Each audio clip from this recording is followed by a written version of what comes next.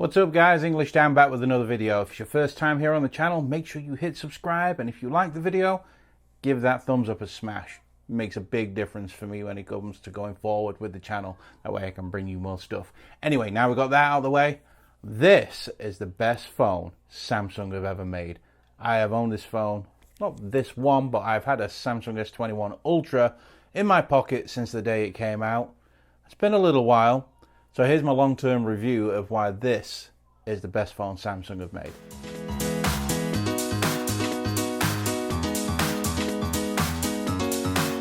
Alright, welcome back guys. So yeah, this is the navy, look at that, the navy S21 Ultra. I've been rocking the Phantom Black up until this last week, where I managed to get my hands on the navy blue, and I mean, just from an aesthetic, I love the Phantom Black, but this navy blue nails it for me. I think it looks brilliant. It's just a really good looking device. Everybody who's seen it so far, even though they've seen the Phantom Black, they look at the navy and they're like, damn, that's a good looking phone.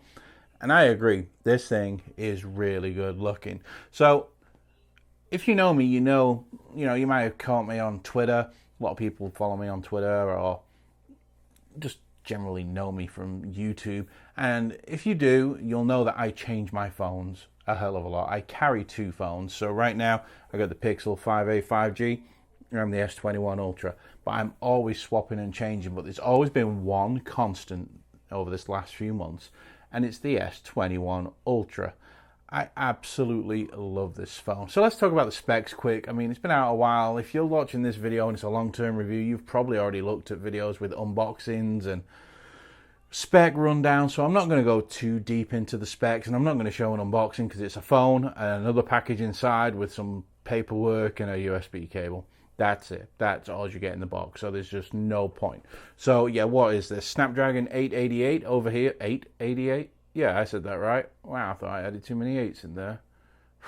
Over here, obviously, I'm in the US, so I do get the Snapdragon variant. Unlike over in the UK, my motherland, you guys get the Exynos version. Never used that one, so I can only review and tell you what my thoughts are on the Snapdragon variant of the S21 Ultra. 12 gigs of RAM, fast RAM too. 5,000 milliamp hour battery. I'll get more on the battery life in a little while. And then it has the 108 megapixel camera on here with that super zoom, space zoom, whatever they call it. And obviously on the front it's a 6.8 inch dynamic AMOLED 2X, if I remember rightly.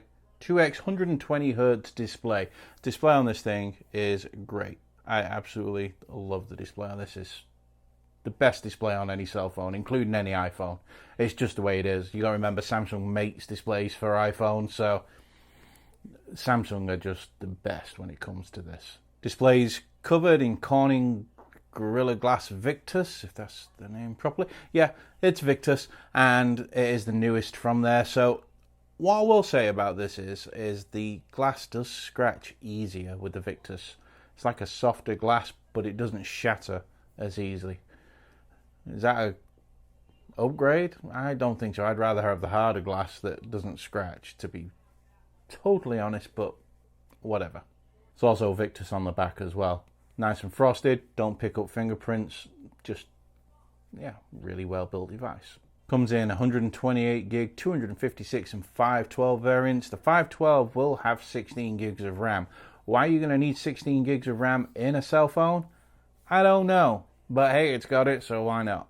Also, the storage on this is UFS 3.1, so you're getting the fastest storage available right now. And it does help with these new phones. It really does. It makes them that bit quicker.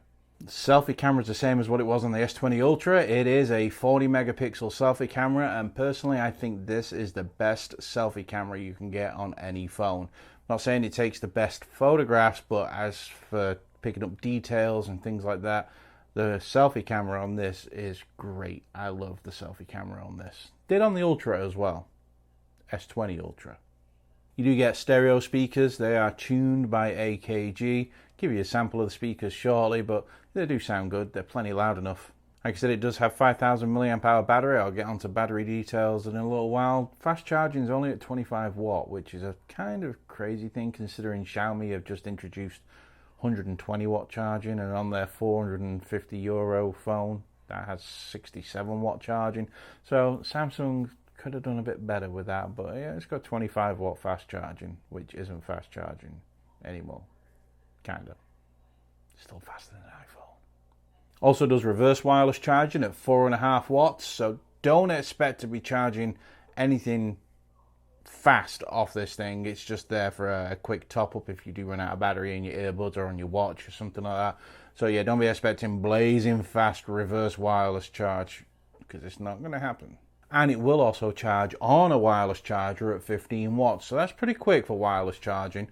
I know Xiaomi again I think they've done 30 watts, maybe even 60 watts, but 15 watts isn't bad at all if you're going to put this down on a wireless charger. When it comes to the cameras on this, like I was saying before, it's a 108 megapixel main camera. Then you've got a 10 megapixel periscope camera on here, 10 megapixel telephoto camera, and a 12 megapixel ultra wide. Will do 8K. I don't understand 8K in these phones at the moment. I think it's a gimmick. I would rather have 4K 120 if they could do it. 8K, just don't care about 8K, but you might. So it does do 8K recording. It will, however, do 1080p up to 240 frames a second. That's pretty impressive. And you can get super slow motion, 720p, and I think it's 960 frames a second. So something I never use. They're gimmicks to me, but if you want to use it, hey, it's got that kind of thing for you. All right, so we got the specs out of the way. I've been using this phone since the day it released. I get rid of my phones usually within 2 to 3 weeks, and I go to something else, or I go to something I've had previous. It's just the way I am. Pixel 4 XL I've owned 6 or 7 times at least, just the way I am. Whereas with this phone I've owned 2. The Phantom Black version and this blue one.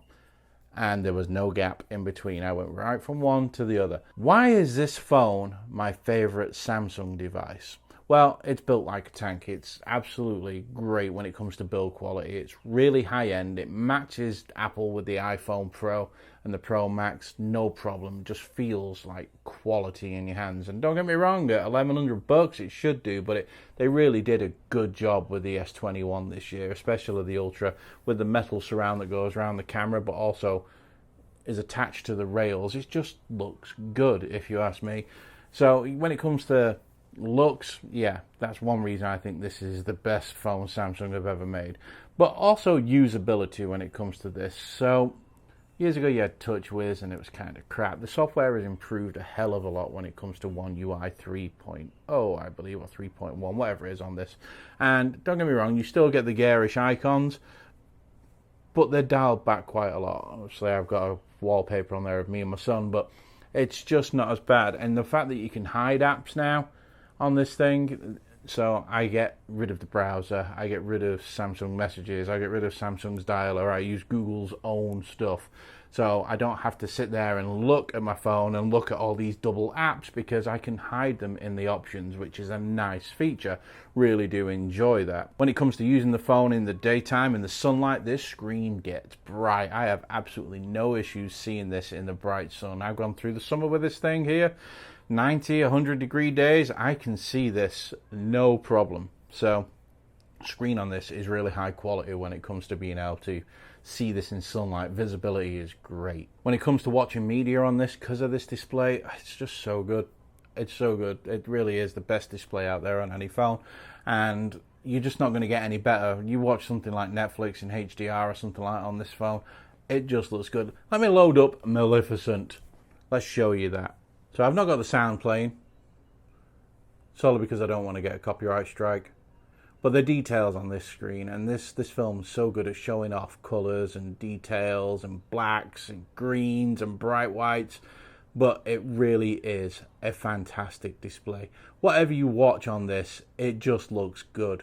Really, really good. And I think this is a really good movie to show off this panel by Samsung. It's a joy to watch anything on. Everything's super smooth. You don't get stutters. The blacks are obviously as black as they can get, because if it's black, it turns off the pixels. Nice, bright, vivid colours. It just looks great. And then when it comes to audio, let's say you're listening to music or you want to watch YouTube, something, but you've not got your earbuds with you. Well, when it comes to audio, this does a good job as well. Let's give you a sample. Give you a sample now. That's about halfway. Let's turn it up full.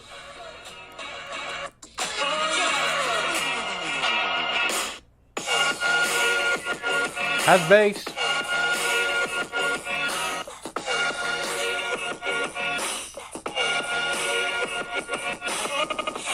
Plenty loud enough and pretty decent stereo separation. I'm quite surprised how you can tell it's coming out the left or the right channel. So when it comes to sound and audio, this thing does sound really well. Great for media consumption. Absolutely love it. When it comes to performance, like I was saying before, TouchWiz used to lag the system out. Not anymore. It's much lighter in this. The One UI is much better. I don't get any lag, stutters, freezes, or anything like that. Everything is just so smooth. Everything opens up so fast. Snapdrop, you know. I don't know whether you've used Snapdrop. This is like AirDrop on the Apple devices. It's not quite as quick, but you can AirDrop from your Android phone to an Apple device or any other device. So yeah, Snapdrop's really good. Maybe I'll do a video on that eventually. But everything just opens up so quick, you know. It scrolls. It's such a fast device. I absolutely love using this. The speed of it is just great. It makes it a pleasure to use. Doesn't get hot, or not that I've found. I don't find that it gets anything excessive. It does get warm in this little corner here sometimes, but nothing too excessive. I've used some phones where they can be hard to touch because they're so hot. Don't get that with this. When it comes to the camera, Samsung have had this issue for years, and it irritates me because if they got rid of this issue, this would trade blows with the Pixel for photography all day long. But there's one reason it doesn't: shutter lag. So if you've got small children, or you're trying to take pictures of pets or anything moving, these Samsung devices suffer. Meaning, from the time you press the button to the time the shutter takes the photo, if there's something moving, your picture's going to be blurry. Unfortunately, I've had so many photographs with my young boy here, and the amount of times he's turned his head as I'm taking a picture and it's just a blur. It's such a shame because the details that, even if it's blurry on him, the details in his clothes, in the background, the colors, everything looks great. But when it comes to motion photography, Samsung have got a lot to do when it comes to getting rid of that shutter lag. Shutter lag on this just really hurts the camera. Now, if you're taking just regular photos like nature or something like that, just out and about, pictures of your car, portraits, things like that, then the camera works great. And the other reason I like to use this phone is because I use it for my YouTube channel. Now, what a lot of you may not know, I'm talking to you now, but I'm talking to you on a Sony a6100 with a Sigma lens. So I'm talking to you on a proper mirrorless camera, proper setup. So yeah, it looks decent. The guy in front of it might not look all that great, but everything else, it's nice, sharp, gives you the blurry backgrounds and so on. When I'm doing my videos and I'm showing the product itself, so product shots, like I'll throw a few up now. These are taken with the Galaxy S21 Ultra, and you have no idea how easy or how much easier it makes my YouTube life. And this, you're going to be like, oh God, really? Yeah, that's lazy. But you have no idea how much of a pain in the butt it is to disconnect my camera, take it off the mount. It's sat here on a tripod right now that's sat on a slider that's mounted onto a bar, an extension bar. And to take it off all that is just a pain. And the quality isn't all that much different. In fact, some people have said before, when I've done a B-roll with the camera and a B-roll with this, they go, oh, I prefer the other one. And it's been the Samsung. So for video, outside of the iPhone, I'm saying that this is the best phone for video. I actually prefer this for video over the iPhone, because iPhone puts like a yellow tint, very warm tint on everything it's recording. I did try to go with an iPhone, so I had the full Apple ecosystem. One, I don't like iOS, but two, I didn't like the yellow when it came to the video. Like I say, everything else is great on the iPhone when it comes to video, but I just prefer the Samsung. Personal choice, not saying it's better than the Apple, not at all, but personal choice for me in my use scenario, this is great. Video is awesome on this. Portrait video works really well. And if you don't know what portrait video is, it's basically like you're seeing now. Blurry background, me in focus. So like when you take a portrait photograph, blurry background, you in focus. It looks pretty good and it does work pretty well. I've used it in a couple of my videos and not actually told anybody. And no one's ever said anything or not noticed. So it must work pretty well. Battery life on this, 5,000 milliamp hour battery.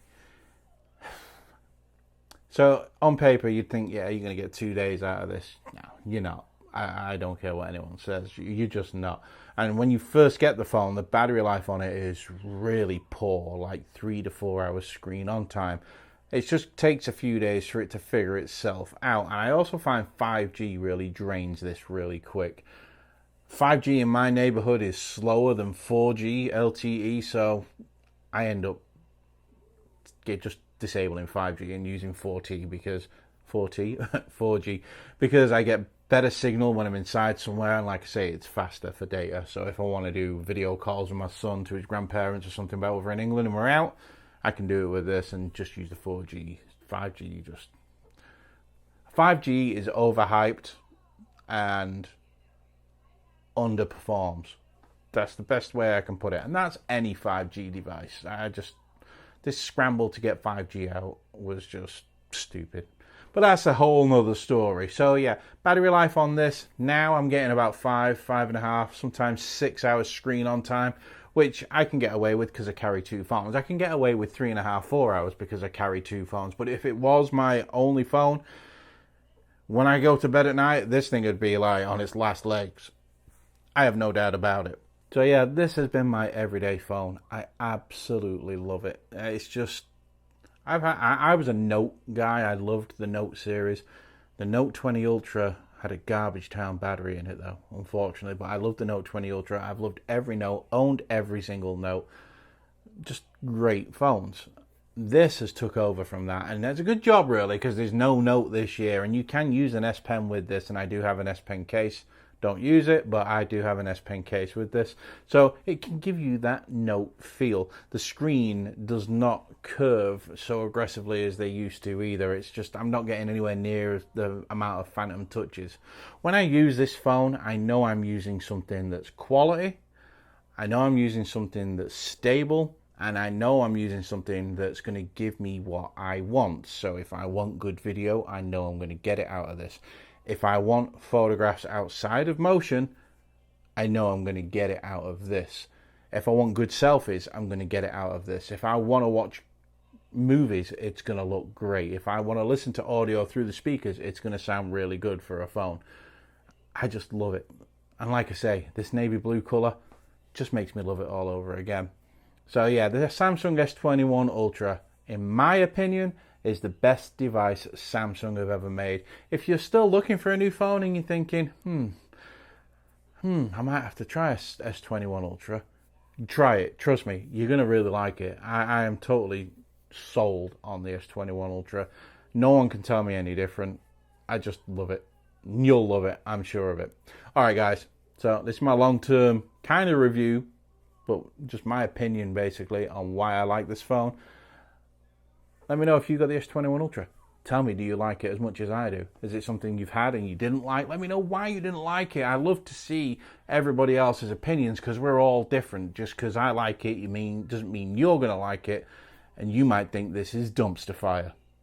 Not for me, though. This is, I'd jump in the fiery dumpster to save it. All right, guys. Catch you in the next one. Laters.